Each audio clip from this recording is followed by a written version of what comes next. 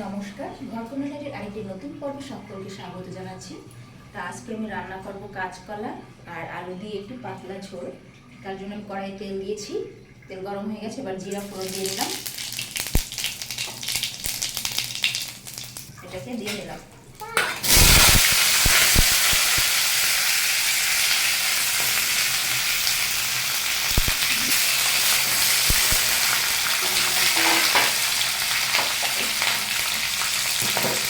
এটাকে বেশ ভালোভাবে নেড়ে করে ভেজে নেব।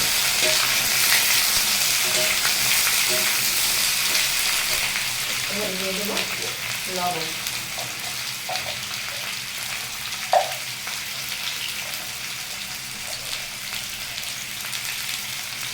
লবণ আপনারা আপনাদের পরিমাণ অনুযায়ী দেবেন। এবারে আমি এটাকে বেশ ভালোভাবে ভেজে নেব, হলুদটা একটু পরে দেবো।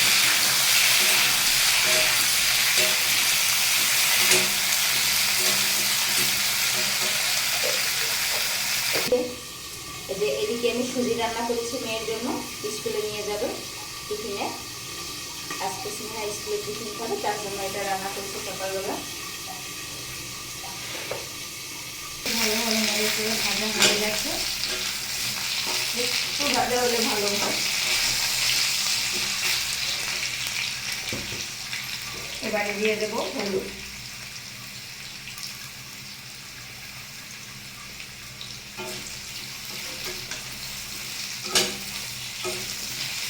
আর সাথে আমি দিয়েছিলাম একটি আস্ত কাঁচা লঙ্কা।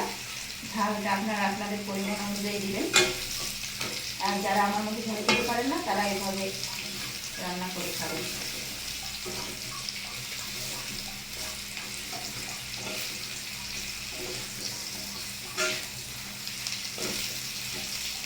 তরকারি রান্নার ক্ষেত্রে কষানোটা ভালো হলে এই রান্নাটা খেতেও ভালো হয়।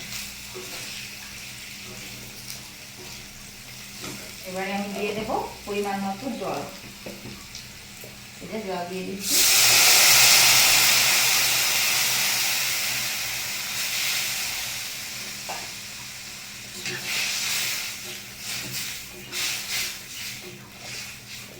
এই সময় একটু অল্প লবণ দিয়েছিলাম, এবার আরেকটু লবণ দেবো।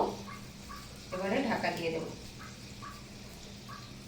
নাড়াচাড়া দিয়ে ঢেকে দিচ্ছি। এবারে এটা হতে থাকুক। এরকম পাতলা ঝোল গরমে খুবই স্বাস্থ্যকর।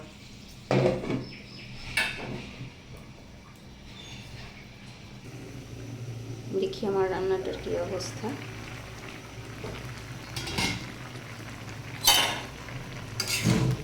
এখন আমার রান্নাটা প্রায় হয়ে গেছে। এই যে আলুও সিদ্ধ হয়ে গেছে, কাঁচকলাও সিদ্ধ হয়ে গেছে।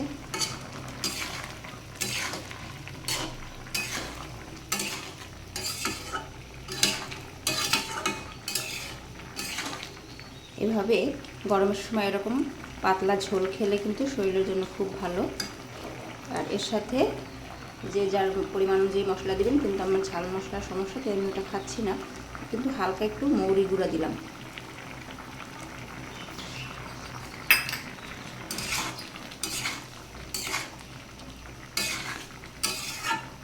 আমার রান্না কমপ্লিট।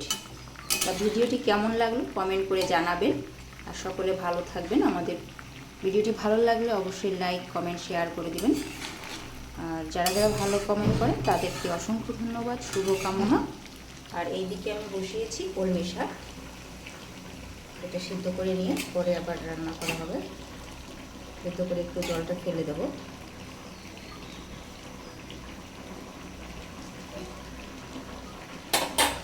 আমার রান্নাটি কেমন লাগলো কমেন্ট করে অবশ্যই জানাবেন। সকলে ভালো থাকবেন। আজকে এই পর্যন্তই।